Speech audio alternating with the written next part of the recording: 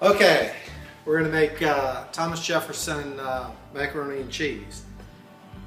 For the cheese, we're going to go 3 parts sharp cheddar, 1 part, this is a blend of 6 Italian cheeses. Macaroni, obviously we're going to use Worcestershire sauce, salt, nutmeg. This is what is this? Breadcrumbs. And I think it's the brand is Panko. We use milk, butter, and flour to make a roux. We're going to use cayenne, pepper, thyme, white pepper, some dijon, mustard, a little splash of Worcestershire sauce. So anyway, let's get started. Okay, we're going to start off a little heat and make that roux.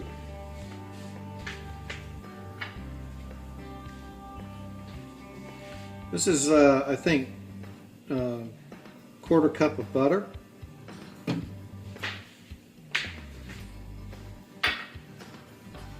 Let this melt down.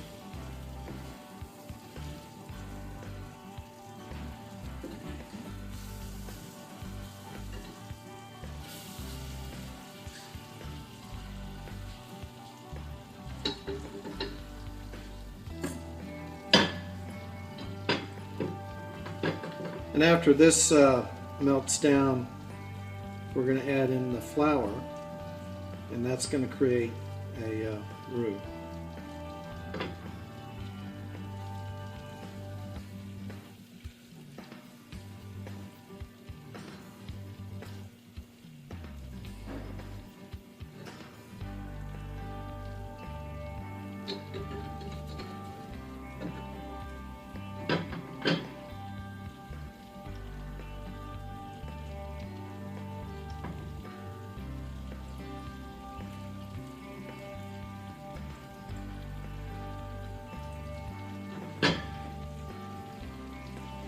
Okay, now we're going to add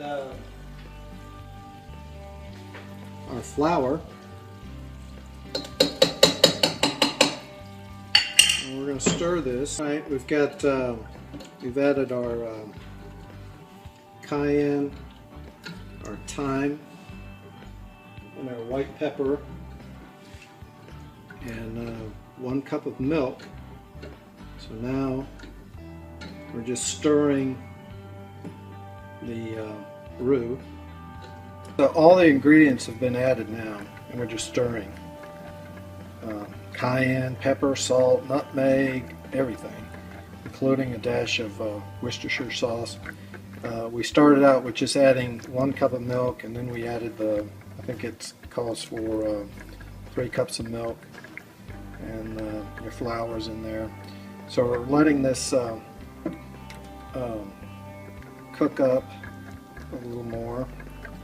And we're going to start the macaroni, and once the macaroni is done, I will turn the heat off on this, and then I'll add the cheese, and the cheese will melt into this, and then we'll put the cooked macaroni in a casserole dish, and then pour this on top of it, and then put the breadcrumbs on top of that. Then we're going to bake it. So it's essentially, by the time we get done with this and the macaroni, I mean, this is essentially cooked. And so all we'll be doing in the oven really is we'll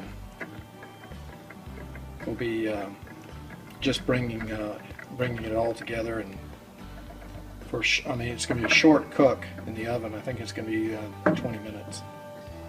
Now, I just took a taste of this, and this is concentrated.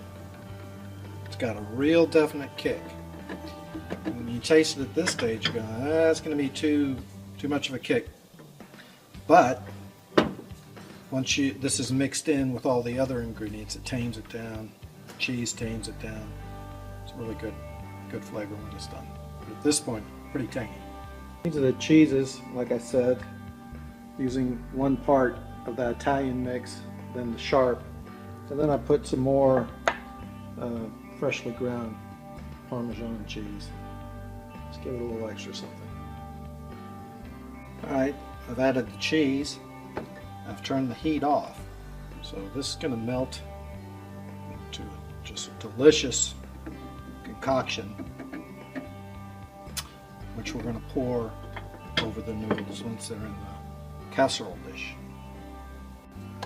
Okay, here's the noodles, which we just finished cooking. And what we're going to do is now put the this incredible cheese with all the different ingredients in. You don't need to butter the bottom of this dish. Don't need to do that. So usually what I do on these videos when I'm cooking stuff, it's all like real healthy stuff. This is very decadent. This has got butter, a ton of cheese, it's got salt, all that stuff. But it's very good.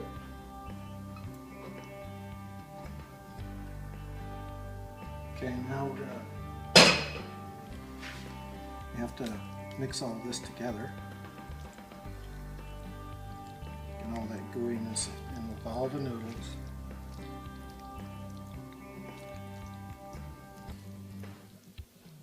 And what I'm going to do next I'm going to put the breadcrumbs that we talked about earlier. Put the breadcrumbs on top of it. Before I do that, I might just put a little bit more cheese, put the breadcrumbs, then it goes into the oven at 400 degrees for 20 minutes. This is cooked, so all we're doing with the oven is making this really cool, crispy crust. So, okay. And these are the breadcrumbs that I used. So I think that'll be pretty good. As you can see, I put the breadcrumbs all over macaroni and cheese. So now, put this guy in the oven, 20 minutes, should be done. And I think if you like macaroni and a bunch of cheese, you'll love this. Thomas Jefferson mac and cheese, served with ham and a salad. Pretty good.